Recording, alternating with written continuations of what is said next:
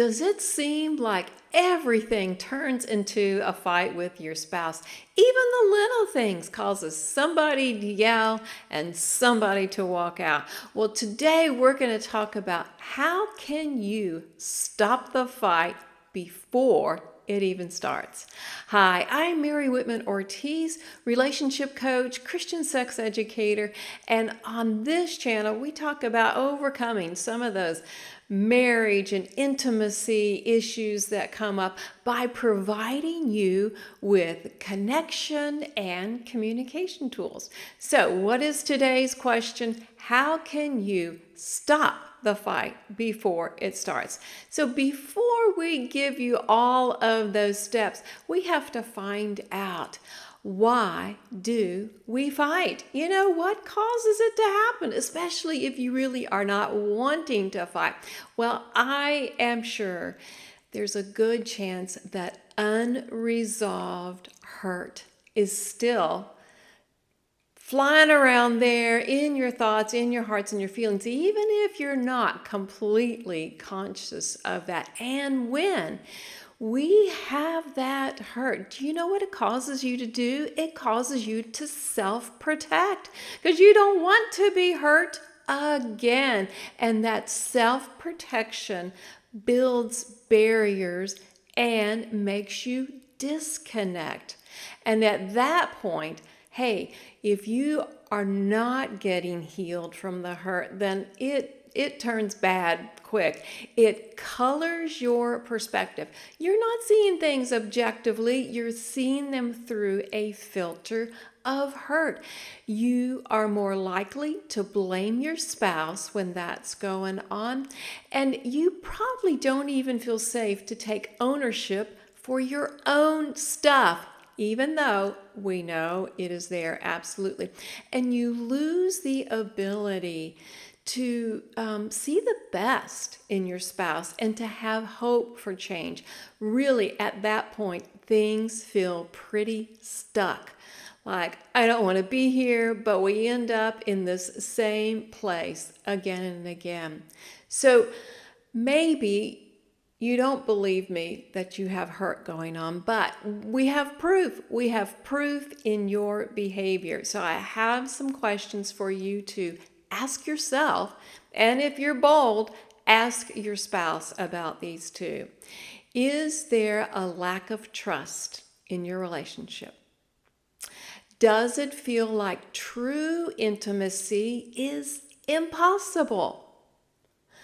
Are you thinking, they don't love me enough? And that's possibly happening because you're expecting them to love you enough for them and you. Really, if there's hurt going on, then those deep layers have been affected.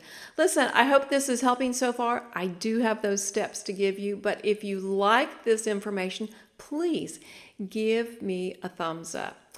All right, I have 4 benefits for you for letting go of some of that hurt.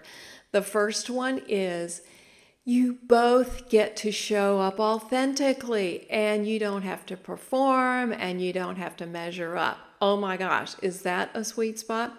A second benefit is you have more energy to grow as a person, to grow as a couple, because once all of that energy that you were using to fight and build walls is gone, you have new ways that you can apply that energy.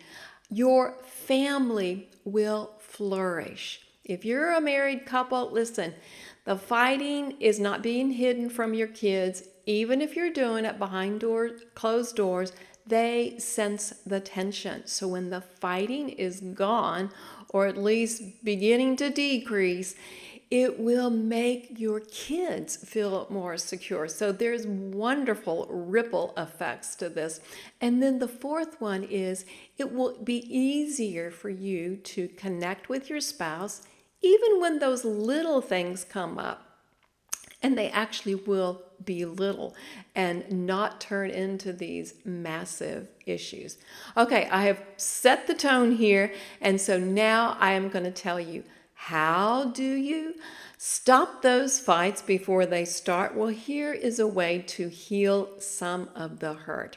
And I've got 5 R's for you.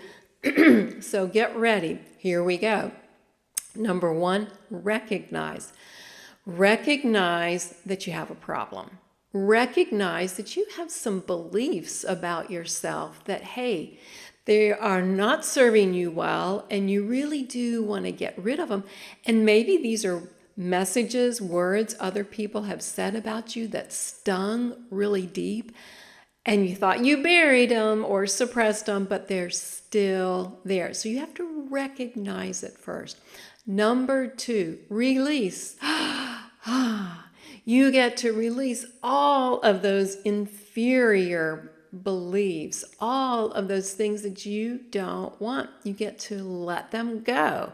I know it may sound easier than done, but in the midst of this 5-step process, you can do it. Number 3, replace all those lies and negative beliefs with God's truth and God's promises, because He is for you. And you can find some scripture that is just really meaningful, and you're exchanging those old lies for these new truths that are going to be where you get your source of identity and joy. And that brings me to number 4. You're going to restore yourself. How do you do that? Well, you're going to meditate on some of those promises. It's not a one and done. You know, things come up and you're like, oh, I'm stuck in that old thought. So that's okay. Just recognize it and release it. Hey, just a mini healing here. And then you meditate on that truth and you think about it again and again and again, and you really are like reprogramming your thought patterns. This is so healing. This is a part of self-care, and there's a lot of other things that you can do for self-care. So restoration is going to be a really significant part of healing those unaddressed hurts. And then number 5 is you get to realign. Who do you want to be? How do you want to show up in life and in your relationships and with your spouse? You get to realign. Those old ways don't have to limit you anymore. It's pretty exciting, really. Now, this still could be overwhelming. I understand. So I want to tell you about my Intimate Marriage Masterclass, where I give you all kinds of tips and tools and a starting place that you could begin right now. So it actually aired on October 3rd, but you can still catch the replay. So just check the link in the comments and you can get access to that. So thanks so much for joining me. And remember that God's design for a thriving marriage is connection in spirit, soul, and body.